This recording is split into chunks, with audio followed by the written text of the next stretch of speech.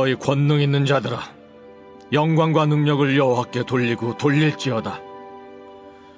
여호와께 그의 이름에 합당한 영광을 돌리며 거룩한 옷을 입고 여호와께 예배할지어다. 여호와의 소리가 물 위에 있도다. 영광의 하나님이 우레소리를 내시니 여호와는 많은 물 위에 계시도다. 여호와의 소리가 힘있으며 여호와의 소리가 위엄차도다.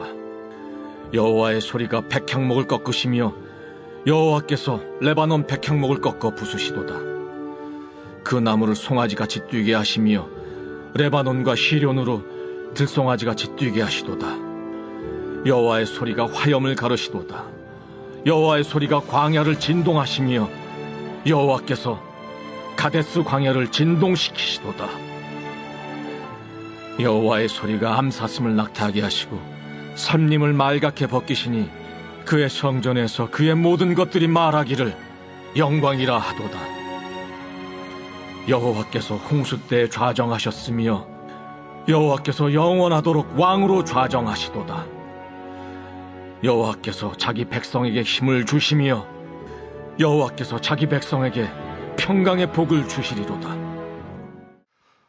지난 화요일 오후 5시 20분경 제가 시편 29편을 묵상하고 있었습니다. 아마 기억하시겠지만 그때 재난 문자가 왔죠.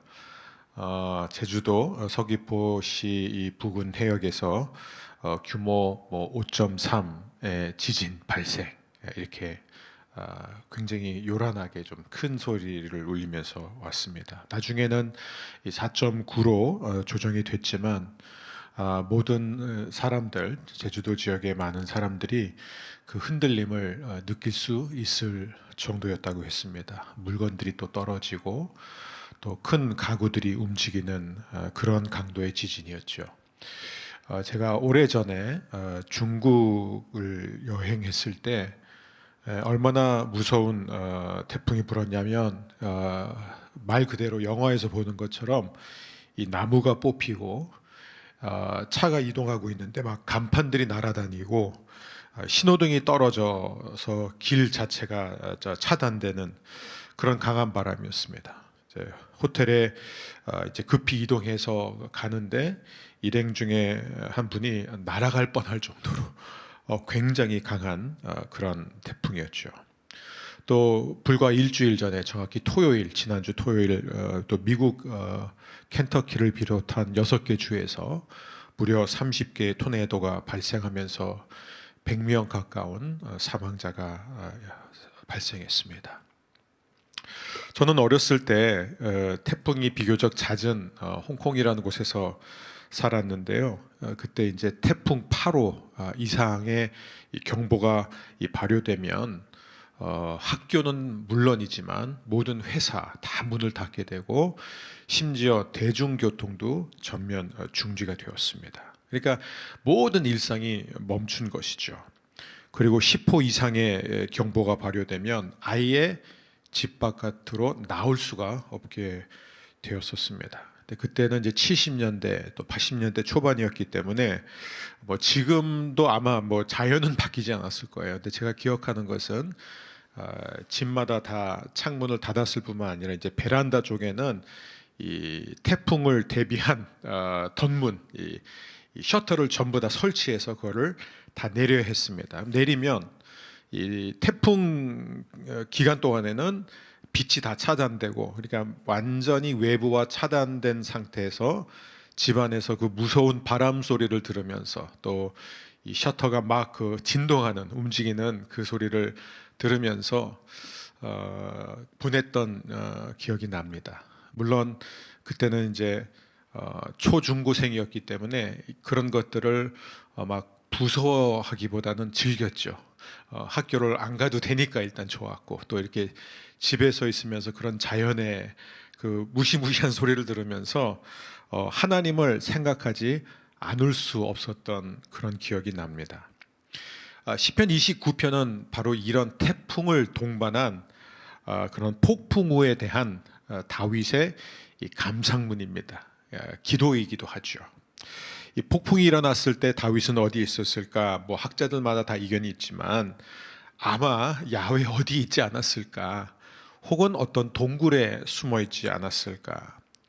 그런 난기류, 악천후 속에서 다윗은 언제나 하나님을 볼 수가 있었습니다. 처음부터 그렇게 하진 않았겠죠. 그러나 계속해서 이 바깥에서 생활을 하다 보니까 폭풍과 이 천둥, 번개 소리를 들을 때마다 그는 하나님의 음성을 듣는 법을 조금씩 배워갔었던 것이죠.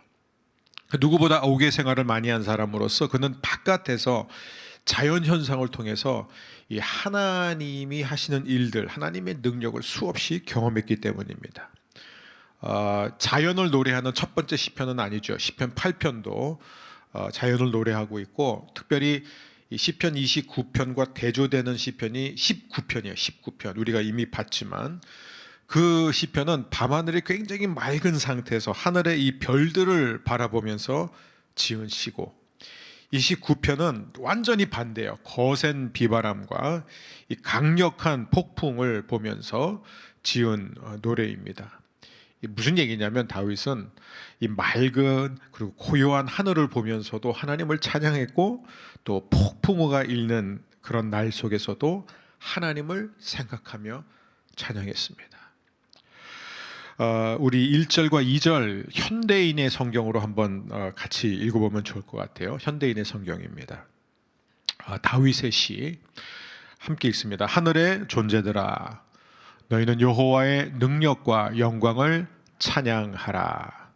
여호와의 이름에 합당한 영광을 그에게 돌리고 거룩한 옷을 입고 그에게 경배하라. 다윗은 이 하늘에 이제 구름이 모여드는 것을 보면서 이제 곧 폭풍이 일겠구나, 이런 생각이 들자마자 가장 먼저 뭐가 떠올랐냐면 하나님이에요. 하나님의 능력과 영광이 떠오르기 시작합니다. 여러분, 우리는 인생의 폭풍 전야를 맞이할 때 가장 먼저 하나님의 힘, 하나님의 능력을 떠올리면서 생각하고 또 찬양하나요? 많은 사람들은 인생의 폭풍을 만나게 되면 일단 도망부터 갈 생각을 하죠. 그러나 신앙인은 인생의 여러 가지 폭풍을 만날 때마다, 천둥을 소리를 들을 때마다 가장 먼저 하나님을 떠올리는 것이 신앙이다. 하나님의 이름에 합당한 영광을 돌려라, 이렇게 시작이 되고 있죠. 하나님의 이름에 합당한 영광을 돌려라. 왜 이런 표현을 하냐면 1절을 보니까 하늘의 존재들아, 즉 천상에 있는 존재들, 천사들에게 하는 것입니다. 너희는 여호와의 능력과 영광을 찬양하여라. 그리고 2절 여호와의 이름에 합당한 영광을 그에게 돌려라. 그러니까 지금 다윗은 이 천둥 소리 그리고 이렇게 폭풍우가 일 때마다 이 하늘에 있는 존재들, 천군 천사들이 하나님을 향해 막 큰 소리로 찬양한 것을 들었다는 거예요. 지금 그걸 듣고 있는 거예요. 그걸 들으면서 이 땅에 있는 존재들을 향하여도 너희들도 여호와의 이름에 합당한 영광을 돌려야 된다라고 말하고 있습니다. 왜요? 하나님의 능력과 영광이 이 두 가지가 크기 때문이다. 그러니까 이게 바로 천사들의 너무나 당연한 반응인 것처럼 인간의 자연스러운 반응도 똑같아야 된다는 것이에요. 즉 하나님 앞에서 찬양과 경배를 드리는 삶을 살아야 된다. 자, 인간이 하나님 앞에 찬양과 경배를 드리지 않는 이유는 하나밖에 없다는 거예요. 그것은 하나님의 능력과 영광을 보지 못하기 때문이다. 저는 오늘 이 아침에도 또 우리 현장에 나와 예배하는 모든 분들과 또 피치 못할 사정으로 가정에서 예배하는 모든 성도님들이 하나님의 능력, 하나님의 영광을 보게 되기를 바랍니다. 그래서 내가 찬양해야지가 아니라 그 영광과 그 능력을 보는 사람은 저절로 자연스럽게 자동 반사적으로 하나님을 향해 찬양을 하게 되어 있습니다. 우리 3절과 4절 계속해서 함께 읽습니다. 3절 4절입니다. 여호와의 소리가 바다 위에서 들린다. 영광의 하나님이 천둥을 치시니 그 음성이 망망한 바다 위에 메아리 치는구나. 여호와의 소리가 힘이 있고 여호와의 소리가 위엄이 있다. 여러분, 우리가 하나님의 음성을 언제 가장 잘 들을까요? 언제 하나님의 음성이 가장 선명하게 우리의 귀에 들려올까요? 시편 29편 다윗에 의하면 폭풍 속에서라는 거예요. 폭풍 속에서 인간은 하나님의 음성을 제일 잘 듣는다. 우리는 맑은 날에는 하나님을 찾지 않는다는 것이죠. 평온할 때는 하나님을 찾지 않습니다. 그래서 하나님이 말씀하시는데도 듣지 못해요. 그런데 이 어두운 날이 다가오면 막 천둥이 치기 시작하고 막 무서운 폭풍우가 이제 일기 시작하면 그때는 사람들이 두려워하기 때문에 하나님의 음성에 귀를 기울인다. 여러분, 유명한 C.S. 루이스가 이 고통의 문제라는 책에서 아주 유명한 말을 했죠. 고통은 귀먹은 세상을 불러 깨우는 하나님의 메가폰이다. 이게 굉장히 유명한 표현입니다. 하나님의 메가폰이라는 거예요. 고통이라는 것은 우리를 깨우기 위해서 하나님이 허락하시는 것이다. 우리가 고통이 없을 때는 하나님이 아무리 크게 말씀하셔도 못 듣기 때문에, 그래서 마치 하나님이 그냥 귓속말로 얘기하는 것처럼밖에 못 듣는 거예요. 그러니까 잘 안 들어요. 그런데 이 고통이 우리에게 닥쳐오면 어떤 일이 일어나냐면 하나님의 소리가 너무 크게 들린다는 거예요. 메가폰처럼. 그래서 안 들을 수 없다는 것이죠. 다시 말해서 하나님은 평소에는 우리에게 그냥 속삭이시다가 고통 가운데서 비로소 우리에게 크게 맺히시는 분이 아니라 평소에도 늘 말씀하시지만 우리가 듣지 않기 때문에 안 들리는 것뿐이다. 그리고 폭풍 속에서는 하나님이 더 크게 말씀하시는 분이 아니라 평소와 똑같이 말씀하시지만 우리가 마치 하나님이 메가폰으로 말씀하시는 것처럼 굉장히 크게 듣게 된다는 것입니다. 평소에는 귀를 닫고 살지만 고난의 폭풍 속에서 하나님을 간절히 찾는 것이 바로 우리다. 그런 의미에서 C.S. 루이스는 고통은 선물이다, 이렇게 결론을 내리고 있습니다. 고통은 하나님의 선물입니다. 기왕이면 작은 고통 앞에서 하나님의 음성을 크게 들을 수 있게 되는 저희 모두가 되기를 바랍니다. 자, 5절과 6절 말씀 계속 읽어 나갑니다. 자, 그 소리가 백향목을 꺾고 레바논의 큰 나무들까지 꺾어 부수는구나. 여호와께서 레바논의 산들을 흔들어 송아지처럼 뛰게 하시며 헬몬 산을 들송아지 같이 뛰게 하신다. 이 천둥이 백향목을 꺾어버린다. 그 다음에 레바논의 큰 나무들이 원래 견고한 것으로 유명합니다. 근데 그 나무들이 꺾어서 부서진다. 이 장면을 보면서 다윗은 너무 자연스럽게 어떤 생각을 했을까요? 야, 저거는 지금 하나님이 말씀하시는 거야. 너무 자연스럽게 이렇게 생각을 했다는 것이죠. 이렇듯 다윗은 자연의 현상을 통해서 언제나 하나님의 말씀을 들을 수 있었어요. 그러니까 하나님이 지금 나에게 뭔가를 말씀하시는구나. 하나님이 지금 우리에게 어떤 메시지를 주시는구나. 우리 또한 우리 주위에 일어나는 모든 현상들을 통해서 정말 하나님이 우리에게 말씀하고 계시다는 것을 느낄 수 있게 되었으면 좋겠습니다. 7절입니다. 함께 읽습니다. 여호와의 소리가 번갯불과 함께 울려 퍼진다. 다시 읽습니다. 여호와의 소리가 번갯불과 함께 울려 퍼진다. 여러분, 이 시편 29편이 뭘로 유명하냐면 오순절 날 첫째 날에 유대인들이 성전에 모여서 함께 읽었던 시편이 바로 이 시편입니다. 그래서 우리가 사도행전 2장을 보면은 하나님이 이 마가의 다락방에 모여 있었던 120명의 성도들에게 하늘로부터 있죠, 급하고 강한 바람이 불면서 성령이 임하셨죠. 그러면서 이 불의 혀같이 갈라지는 가운데 이 120명의 사도들이 뭘 하기 시작했죠? 이게 되게 중요합니다. 하나님이 행하신 일들을 각자가 다 방언으로 말을 하기 시작하면서 하나님을 큰 소리로 찬양하기 시작했다, 이렇게 기록되어 있어요. 그리고 그 말하는 소리와 찬양하는 소리들을 주위에 모여든 사람들이 다 들었는데 사도행전이 우리에게 강조하는 건 뭐예요? 이것이 다 하나님의 소리였다는 거예요. 하나님의 소리였다. 바로 이 7절이에요. 여호와의 소리가 번갯불과 함께 울려 퍼진다. 자, 우리 8절 9절 또 계속 8절 9절 함께 읽겠습니다. 그 소리가 사막을 진동시키고 가데스 광야를 뒤흔드는구나. 자, 여호와의 소리가 상수리 나무를 비틀고 숲을 벌거숭이로 만드시니 성전에 있는 모든 사람들이 여호와께 영광이라 하는구나. 성전에 있는 모든 사람들이 여호와께 영광이라고 외쳤다. 그러니까 여러분, 이 다윗 시대 때도요, 물론 그때는 이제 아직 성전이 있기 전이에요. 근데 그러면 왜 다윗이 성전이라는 표현을 쓰느냐? 왜냐하면 다윗에게 있어서는요, 이걸 직역을 할게요.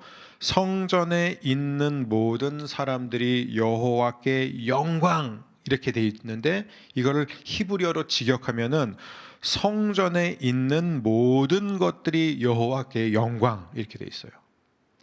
그러니까 여기서 다윗은 뭘 얘기하냐면 이 창조 세계, 이 자연 세계가 전부 다 성전이라는 것이에요. 그러니까 어떤 물리적인 공간을, 성막을 두고 얘기한 게 아니라 온 땅이 바로 하나님의 성전이다.